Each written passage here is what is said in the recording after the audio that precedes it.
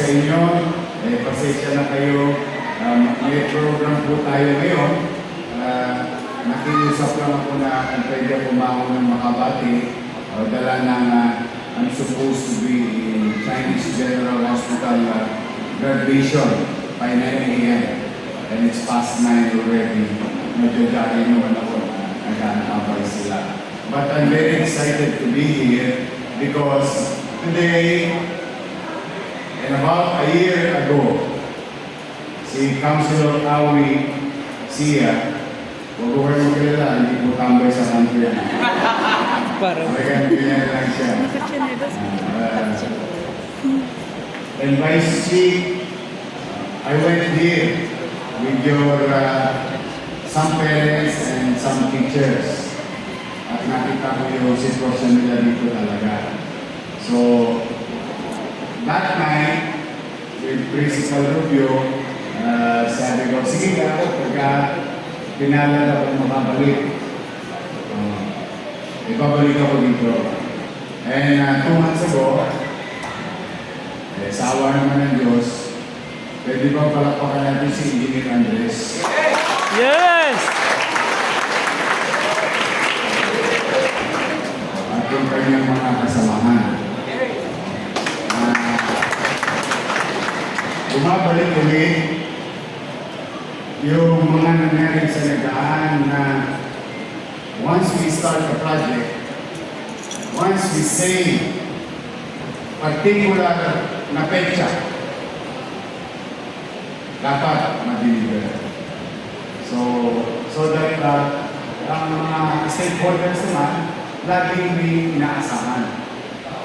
Because sometimes in development, vertical and horizontal, creates some challenges in our environment, working environment.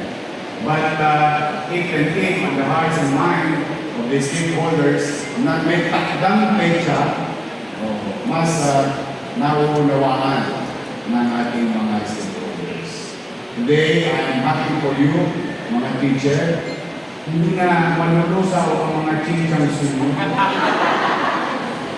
Ay, Natasha pala. Chichang sunod yung nanay natin. At least there is something that will protect you from the sun and some rainy days and maaliwalas na inyong quadrangle.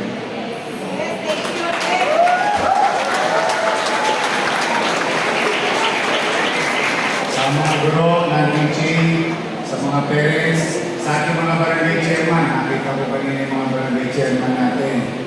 Ito ay alay sa inyo na inyong pamahalang Luzon through our taxpayer.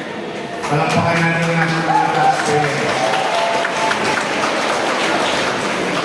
This way, in our own little way, maipakita natin sa kanila na sinisilong natin at efficiently natin ginagasta yung mga buwis na ipinagkaroon at pinagkatiwala nila sa pamahalaan ng Luzon. And a few days from now, as we are committed also to Sampaloc, again we will share with you. There is already also a commitment of a specific timeline. Mukhang contract kami. Kaya kahit pa paano, sigurado ko sasaya naman yung mga taga-Sampaloc. For now, mga bata, masaya ba kayo? Gusto niyo nakadali kayo ng Macron?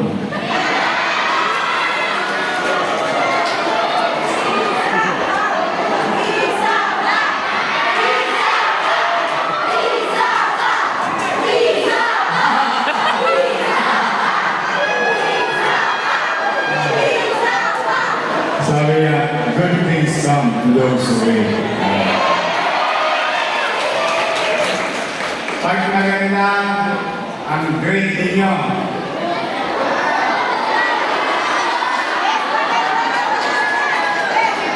malay ninyo. Basta minimum Pilipino. Walang panahon. Kailangan pag-aaral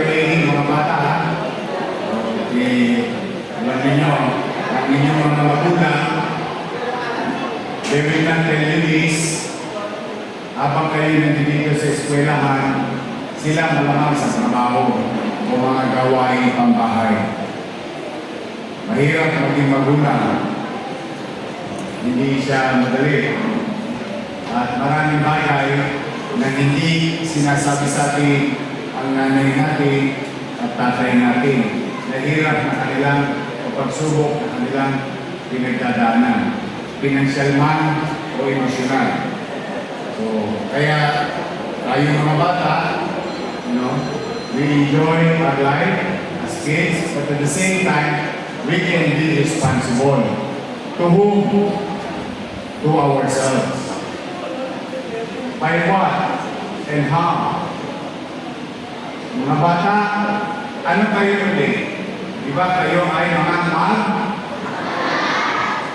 Ano ang obligasyon na mag-aaral sa kanyang sarili? Very good. Ano ang obligasyon na mag-aaral sa kanyang guro?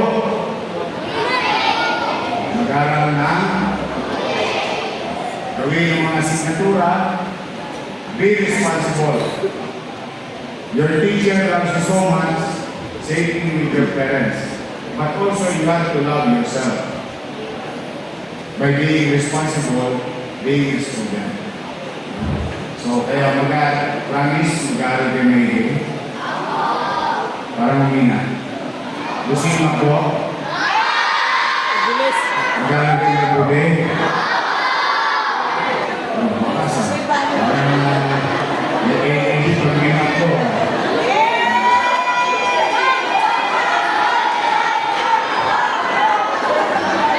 Dahil sa inyo, kumakulang ko sa Maynila. At I'm really proud of you na halimbawa, na bata, hindi ko naman alam kung ano sitwasyon sa loob ng bahay, no? Minsan, sino walang baon? Lahat may baon.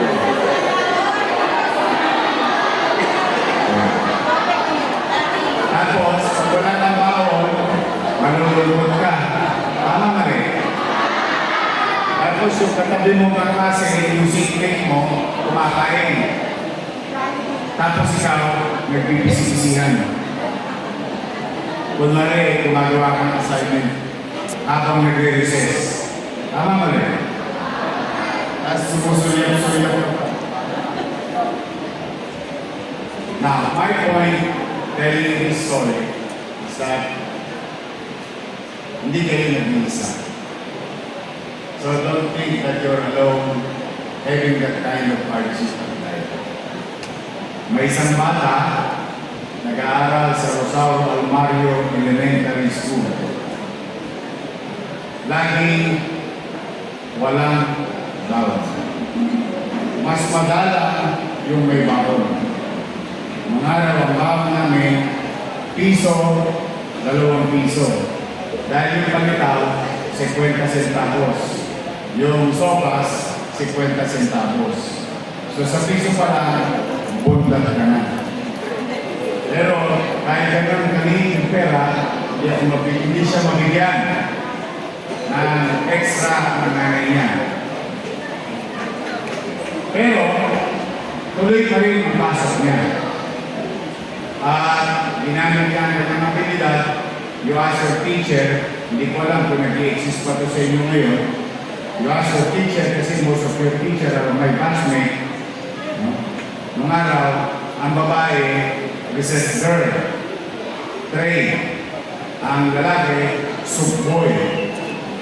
Pupunta kami sa kantin, mag-volunteer ka, pupuli mo yung soup, dahil ibibenta mo sa mga klase mo. Yung babae naman, ibibenta rin niya yung mga laman ng tray sa classroom. Pagtapos, para kami natututo, mag-accounting.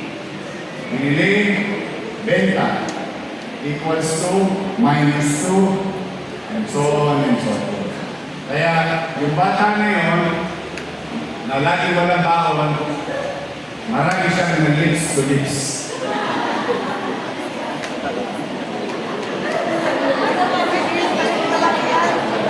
Ano man? Kasi yung bata na yun, yung mga inom na soup, ang kanyang mga kaklase kasi babalik ko yung aluminum. Yung tasa ng aluminum, kailangan mo balik ka sa kantin. Pag recess, bawal lumabas ng classroom. It's either umidlip ka until matapos ang recess. So, ang nasa labas lang ng classroom ay tray boy, ay tray girl, at soup boy. Dahil bababa ka, pupunta ka ng kantin, mag-i-entrega ka. Kaso,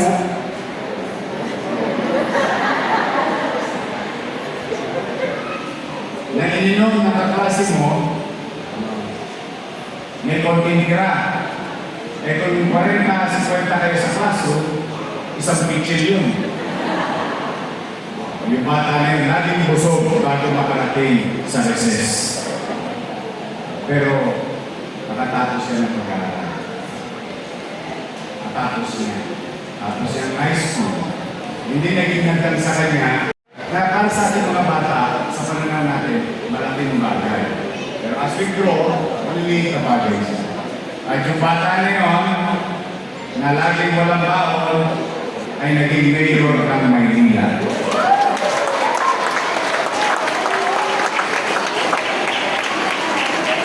Kaya, malay ninyo, someday, isa sa inyo dyan, maging doktor.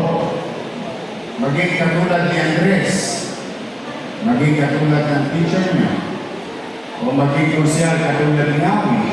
O maging vice mayor. O maging mayor. Baka na pa maging presidente sa inyo.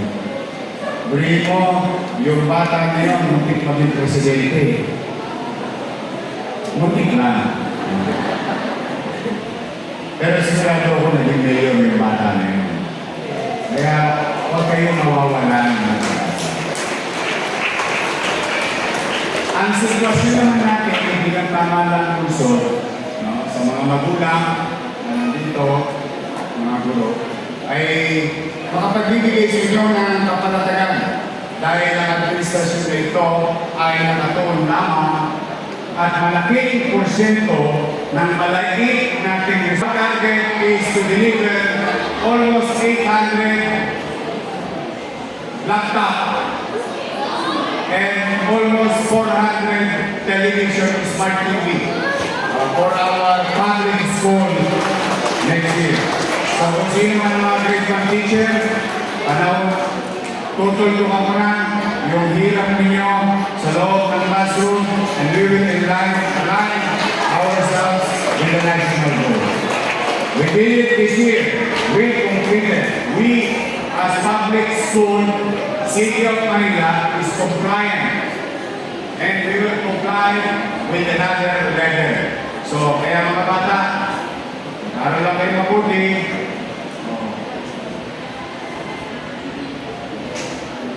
Pilipitin namin maging mahina, makamalaan para sa inyo, para sa kinabukasan ninyo.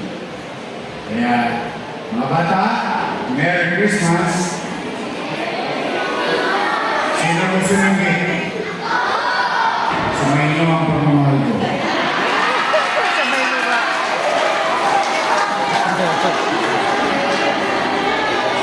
Merry Christmas and Happy New Year to everyone here. Good luck. I love you. Happy New Year. Thank you. Mag-teacher. Good luck. Pagpalain nawa kayo ng po. Maraming salamat.